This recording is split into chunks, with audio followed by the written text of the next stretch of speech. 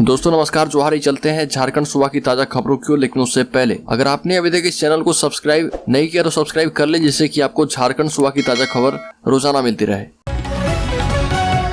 पहली बड़ी खबर, सड़क जाम को लेकर पलामू पुलिस हुई सख्त। पलामू एसपी चंदन कुमार सिन्हा ने कहा कि शहर में जाम को लेकर कड़ी कार्रवाई की जाएगी। ट्रैफिक प्रभारी रामजीत सिंह ने दलबल के साथ बाजार क्षेत्र में रोड जाम करने वाले ठेले, खोमचे और दुकानदारों को चेतावनी देते हुए कहा कि रोड जाम करने वालों की अब खैर नहीं है और इस तरह की गलती करने पर कानूनी कार्रवाई की जाएगी। सामानों को भी जब्त कर लिया जाएगा। ट्रैफिक प्रभारी रामजीत सिंह ने कहा कि कुछ दुकानदारों और ठेले वालों की शिकायतें लगातार मिल रही है कि अनावश्यक रूप से रोड का अतिक्रमण कर आवागमन को बाधित करते हैं। अलीगढ़ साहिबगंज में बच्चू यादव का भांजा संजय गिरफ्तार। ईडी के गवाह पर गोली चलाने और धमकी देने का है आरोप। ईडी के गवाह मुंगेरी यादव पर गोली चलाने और धमकी देने के आरोप में साहिबगंज की मुफस्सिल थाना की पुलिस ने बच्चू यादव के भांजे संजय यादव को गिरफ्तार कर जेल भेज दिया है। संजय यादव के साथ आनंद यादव नाम के आरोपी की भी इस मामले में गिरफ्तारी हुई है। ईडी के गवाह मुंगेरी यादव के जहाज पर गोलीबारी मामले में बच्चू यादव के भांजे संजय यादव को सकरी गली रामपुर दियारा से गिरफ्तार किया गया।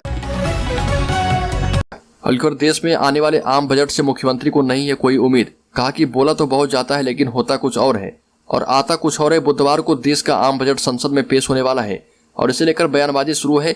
मुख्यमंत्री हेमंत सोरेन को आम बजट 2023 से कोई खास उम्मीद नहीं है। आज देश के बजट की बारी है। वित्त मंत्री निर्मला सीतारमण आज बजट पेश करने वाली है। झारखंड के मुख्यमंत्री हेमंत सोरेन ने आने वाले बजट की तुलना कथनी और करने से की है। जमशेदपुर में मुख्यमंत्री ने कहा कि बोला तो बहुत जाता है लेकिन होता कुछ और है, आता कुछ और है। ये भी कहा कि क्या किसी को मालूम था कि एयरपोर्ट बिकेंगे? क्या किसी को मालूम था कि देश के पोर्ट बिक जाएंगे? क्या किसी को मालूम था कि जीएसटी की अवधि नहीं बढ़ेगी? अलीगढ़ बीजेपी विधायक समरी लाल को हाईकोर्ट से मिली बड़ी राहत। जाति प्रमाण पत्र रद्द करने के आदेश को किया गया निरस्त। बीजेपी के विधायक समरी लाल को झारखंड हाईकोर्ट से बड़ी राहत मिली है। जस्टिस राजेश शंकर की कोर्ट ने समरी लाल की जाति प्रमाण पत्र को रद्द करने के आदेश को निरस्त कर दिया। कोर्ट ने इस मामले को जाति छानबीन कमेटी को फिर से रिमांड बैक कर दिया है और कोर्ट ने कहा कि समिति एक विजिलेंस कमेटी का गठन करेगी जो कि इस मामले की जांच करेगी। विजिलेंस कमेटी की जांच में अगर कुछ तथ्य सामने आते हैं तो ही जाति छानबीन कमेटी इस मामले में निर्णय करेगी।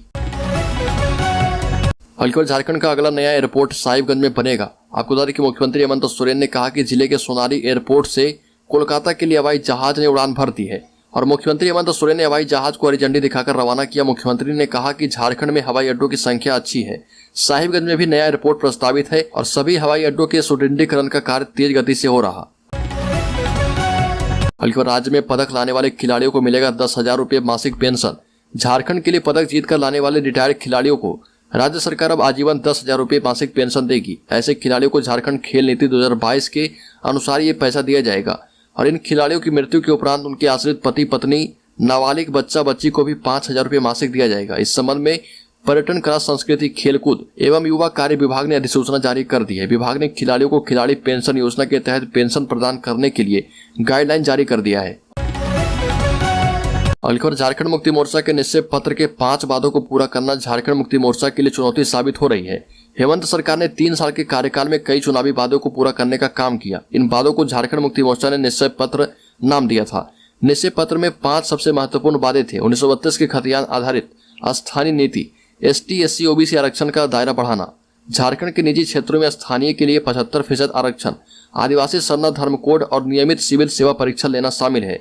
पहले 3 निश्चय को विधेयक के रूप में और चौथे को प्रस्ताव के रूप में विधानसभा से पारित कराया गया। अंतिम निश्चय यानी सिविल सेवा की नियमित परीक्षा लेने की पहल अभी शुरू नहीं हो पाई है और हकीकत यही है कि इन 5 प्रमुख निश्चय पत्र को धरातल पर उतारना झारखंड मुक्ति मोर्चा के लिए चुनौती से कम नहीं होगा। अलीगढ़ राज्य के मुख्यमंत्री हेमंत सोरेन ने कहा कि स्वास्थ्य के क्षेत्र में राज्य धीरे धीरे आगे बढ़ रहा, अभी बहुत कुछ करना बाकी है। जिला अस्पतालों की व्यवस्था दुरुस्त की जाएगी और दूसरे राज्यों से तुलना करें तो बहुत अंतर दिखेगा। इसको लेकर सोचता रहता हूं कि कैसे प्लान बनाकर बेहतर किया जाए। मुख्यमंत्री रांची जिमखाना क्लब में आयोजित नेफ्रो क्रिटिकल केयर कॉन्फ्रेंस में बोल रहे थे और कहा कि मैं बूढ़ा पहाड़ गया था। दुनिया में लोग बड़ी बड़ी बीमारी से मरते हैं, वहाँ के लोग सर्दी खांसी से मरते हैं। स्वास्थ्य क्षेत्र में कई चीजों को ग्रास रूट से करने की आवश्यकता है और यहाँ की आबो हवा अच्छी है। स्वास्थ्य के क्षेत्र में विकास की अच्छी संभावना है। मुख्यमंत्री ने कहा कि राज्य में स्वास्थ्य सेवा बेहतर करने के लिए नए सिरे से होमवर्क कर काम किया जा रहा। अलीगढ़ देवघर के डीसी ने शहर में अवैध पार्किंग की समस्या का अस्थायी निदान करने का दिया निर्देश। उपायुक्त मंजूनाथ भजंत्री की अध्यक्षता में शहरी परिवहन, यातायात एवं सड़क सुरक्षा की समीक्षा बैठक की गई और इसमें पूर्व दिए गए निर्देशों के अनुपालन की समीक्षा करते हुए डीसी ने संबंधित अधिकारियों को निर्देश के अनुपालन के लिए अविलंब कार्रवाई करने को कहा है। शहर में अवैध पार्किंग की समस्या का स्थायी निदान करने का निर्देश संबंधित अधिकारी को दिया। साथ ही हिट एंड रन से जुड़े लंबित मामलों का ससमय निराकरण करने का निर्देश देते हुए दिसंबर में कुल 32 चालकों के ड्राइविंग लाइसेंस को रद्द कर दिया गया है। राज्य में 1932 की खतियान संबंधित विधेयक को राज्यपाल ने लौटाने के बाद से ही राज्य की राजनीति गर्म है।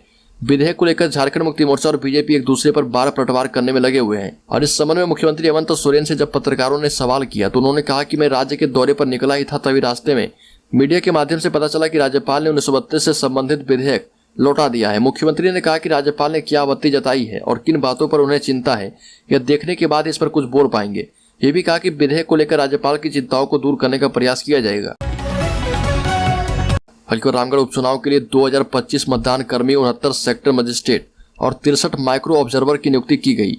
रामगढ़ विधानसभा उपचुनाव को लेकर जिला निर्वाचन अधिकारी सह उपायुक्त रामगढ़ माधवी मिश्रा ने प्रेस कॉन्फ्रेंस की। इस मौके पर पुलिस अधीक्षक पीयूष पांडे और निर्वाची अधिकारी 23 रामगढ़ विधानसभा क्षेत्र सह अनुमंडल अधिकारी मोहम्मद जावेद हुसैन भी मौजूद थे। उपायुक्त माधवी मिश्रा ने बताया कि भारत निर्वाचन आयोग के द्वारा 18 जनवरी 2023 को 23 रामगढ़ विधानसभा उप निर्वाचन की घोषणा के बाद 31 जनवरी 2023 को गजट नोटिफिकेशन जारी कर दिया गया है और बताया कि रामगढ़ विधानसभा उपचुनाव 3 के लिए नामांकन 7 फरवरी सुबह 11 बजे से दोपहर 3 बजे तक अनुमंडल कार्यालय में किया जा पाएगा। नामांकन की समीक्षा 8 फरवरी को होगी। वहीं 10 फरवरी दोपहर 3 बजे तक अभ्यर्थी नाम वापस ले सकते हैं।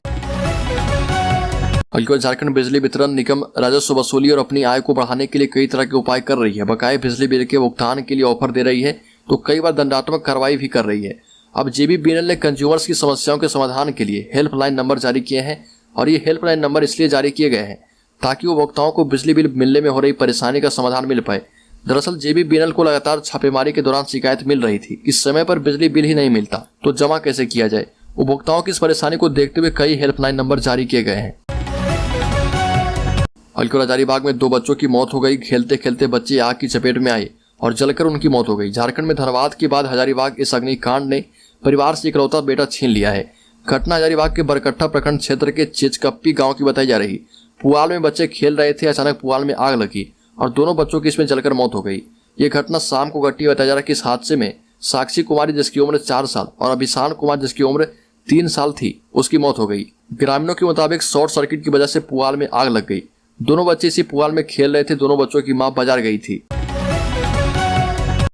4 फरवरी को देवभूमि आएंगे गृह मंत्री अमित शाह। विशेष ट्रेन की व्यवस्था। सांसद निशिकांत दुबे कर रहे स्वागत की जोरदार तैयारी। देश के गृह मंत्री अमित शाह 4 फरवरी को देवघर आएंगे। गृह मंत्री के लिए स्पेशल ट्रेन की व्यवस्था हो गई है और यह ट्रेन गोड्डा रेलवे स्टेशन से सुबह 9 बजे जसीडीह रेलवे स्टेशन के लिए प्रस्थान करेगी। देवघर में तैयारी जोरों पर है। सांसद निशिकांत दुबे इस संबंध में सोशल मीडिया पर लगातार जानकारी साझा कर रहे। निशिकांत दुबे ने सोशल मीडिया पर लिखा कि 4 फरवरी को गृह मंत्री जी के कार्यक्रम के लिए गोड्डा रेलवे स्टेशन से सुबह 9 बजे ट्रेन जसीडीह रेलवे स्टेशन के लिए प्रस्थान करेगी और फिर यही ट्रेन शाम 5 बजे जसीडीह से गोड्डा के लिए प्रस्थान करेगी। धनबाद में मल्ला समाज के घरों पर अचानक हमला किया गया और इस हमले में कई लोगों के साथ मारपीट की गई। घरों में आग लगाने की कोशिश भी की गई। घर से जेवरात और कीमती सामान भी उठाकर ले गए। इस हमले में 5 लोगों के घायल होने की सूचना है। ग्रामीणों का आरोप है कि हमलावर दीपक बावरी की हत्या का बदला लेने आए थे। आपको बता दें कि दीपक बावरी की हत्या मामले में आरोपी केदार मल्ला एवं धनेश्वर मल्ला ने अहले सुबह चिरकुंडा थाने में सरेंडर किया है। करीब 10 साल के बाद जमशेदपुर एयरपोर्ट से कॉमर्शियल फ्लाइट सेवा शुरू हो चुकी है। देवघर के बाद ये झारखंड का तीसरा जिला है जहां से नियमित कॉमर्शियल फ्लाइट सेवा की शुरुआत हुई है। मुख्यमंत्री हेमंत सोरेन ने इसकी शुरुआत की है। सिविल एविएशन मंत्री ज्योतिरादित्य सिंधिया और इंडिया वन एयर के सीईओ अरुण कुमार सिंह भी ऑनलाइन इस दौरान मौजूद रहे। झारखंड में बेहतर एयर कनेक्टिविटी के लिए लगातार प्रयास किए जा रहे। राज्य के कई दूसरे जिलों पर भी फोकस किया जा रहा और जहां से विमान सेवा शुरू की जाएगी।